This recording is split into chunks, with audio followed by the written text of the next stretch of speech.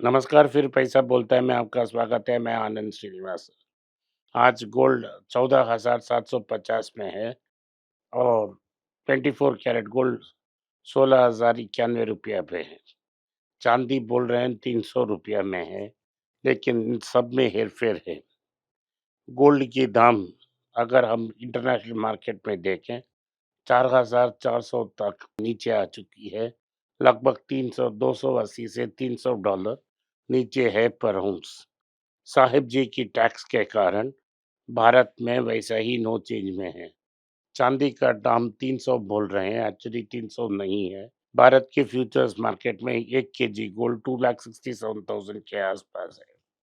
रुपया निरंतर नीचे है, 96,035 तक पहुंच गया है। ब्रेंट क्रूड का दाम 109 है। निफ्टी आज सुबह 300 पॉइंट नीचे ओपन हुई, 23,341 तक पहुंच गई और उसके बाद रिकवरी होके अब 40 पॉइंट नेगेटिव ट्रेड हो रही है।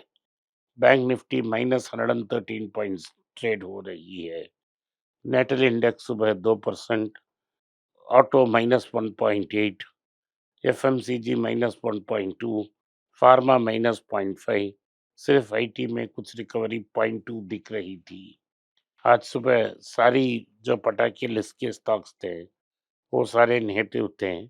Tata steel 4%, Kalyan jewellers 3.8%, Manappuram 3.7, Natco 2.5, Hero motor corp 2.3, Tata motor commercial 2.1, Thangamayil 2.1, Titan 2.1, Karnataka bank 2.1, Zydus -2 और आईडीएफसी -1.6। सारी की सारी नेगेटिव थी। गवर्नमेंट ने सिल्वर की जो इंपोर्ट की रूल्स है उसे टाइटन कर दी है और जो हाई प्योरिटी बार्स हैं उन्हें रेस्ट्रिक्टेड क्वांटिटी में मूव की है। इससे क्या होगा, कुछ इंपोर्ट कम नहीं होगा, सिर्फ स्मगलिंग को बढ़ावा मिलेगा। रुपया ऑल टाइम लो के पास गिर गई है, 9640 तक नीचे गई। अब जब मैं बात कर रहा था 9630 पे ट्रेड हो रही है। लोग बोल रहे थे 96 दिसंबर तक आएगा, 98 दिसंबर तक आएगा। मुझे कोई डाउट है कि नहीं है कि जून 30 तक 98 मुमकिन है। जो फेडरल रिजर्व की हिस्टोरिकल डेटा है, जो जब इन्फ्लेशन बढ़ गई है तब डेटा का रिकॉर्ड क्लियर है कि गोल्ड इक्विटी को बीट करती है। अगर फेड ने एक्ट नहीं की तो लोग गोल्ड के पास चले जाएंगे और गोल्ड में बढ़ाव होने की चांसेस हैं। अभी वॉर के कारण डॉलर डोमिनेंट हो रही है, क्रूड भी डोमिनेंट है, लेकिन अगर इन्फ्लेशन टिकी रही तो गोल्ड ऊपर जा सकती है। टाटा स्टील की Q4 प्रॉफिट 125% जंप हुई है। जो अर्निंग्स थी वो मिस हो गई है। भारत में बहुत अच्छी रिजल्ट मिली है, लेकिन यूरोप में प्रेशर है। 4 रुपया का डिविडेंड है।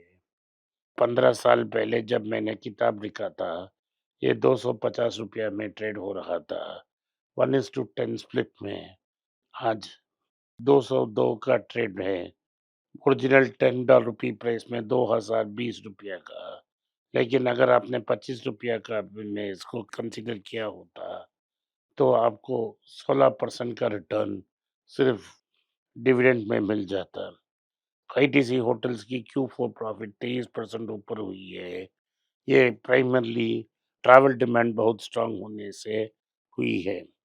डॉक्टर रेड्डी अभी भी फ्लैट है, लेकिन सेमीग्लूटाइड बायोसिमिलर्स और ऑन्कोलॉजी में कंसंट्रेट करते हुए अगले ग्लोबल ग्रोथ की फेज के लिए तैयार हो रही है। ये ब्राजील और कनाडा की मार्केट में सेमीग्लूटाइड पे कंसंट्रेट करने वाली है। आईडीएफसी बैंक की ये AA+ रेटिंग मिली है और इसे इकरा में भी रीअफर्म किया है। इससे बोरोइंग टारगेट जो बॉन्ड इंटरेस्ट वो कम होगी। ज्वेलरी जो रिटेल जो एक्सपेंशन हो रही थी वो एक्सपेंशन कम हो सकती है, क्योंकि गोल्ड की प्राइस के सर्ज के कारण उन पर कोई सेल्स पे दबाव आ सकती है। कल्याण ने nation first gold for India initiative launch की है, जहाँ से वो गोल्ड को लेके वापस 18 कैरेट गोल्ड बेचने की कोशिश कर रही है। ये सिर्फ एक पीआर एक्सरसाइज है और उसे कोई मतलब नहीं निकालने वाली है। मुथूट फिनकॉर्प यानी ब्लू मुथूट 4,000 करोड़ की आईपीओ की अनाउंसमेंट की है। स्टॉक स्प्लिट भी अनाउंस की है 1:5 और इससे स्ट्रॉन्ग प्रॉफिट ग्रोथ के कारण कैपिटल बेस की एक्सपेंशन के लिए आईपीओ डाल सकते हैं। टीसीएस से कहा है कि वो खुद एआई का ड्राइव पुश करें और टीसीएस कहती है कि enterprise AI adoption rapidly expand हो रही है। सो टीसीएस उनका एआई पार्टनर बनने वाली है। विप्रो ने कहा है कि वोलम की माइंड स्पिरिट को उन्होंने एक्वायर कर ली है। ये फूड और एग्री सेक्टर के लिए टेक्नोलॉजी बिल्ड करेगी।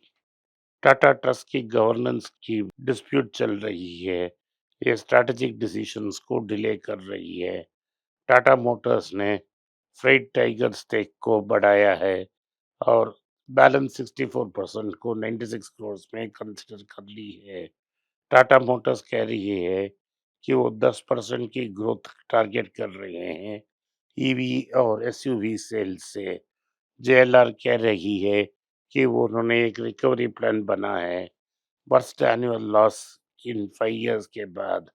ये इसीलिए लॉस हुआ क्योंकि उन पर साइबर सिक्योरिटी की अटैक हुई है। जेएलआर की recovery Tata motor passenger vehicle के लिए बहुत इम्पोर्टेंट है।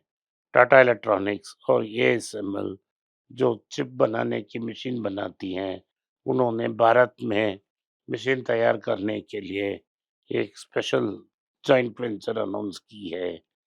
एल&टी टेक्नोलॉजी सर्विसेज ने 500 एआई पैटर्न्स की अनाउंसमेंट की है।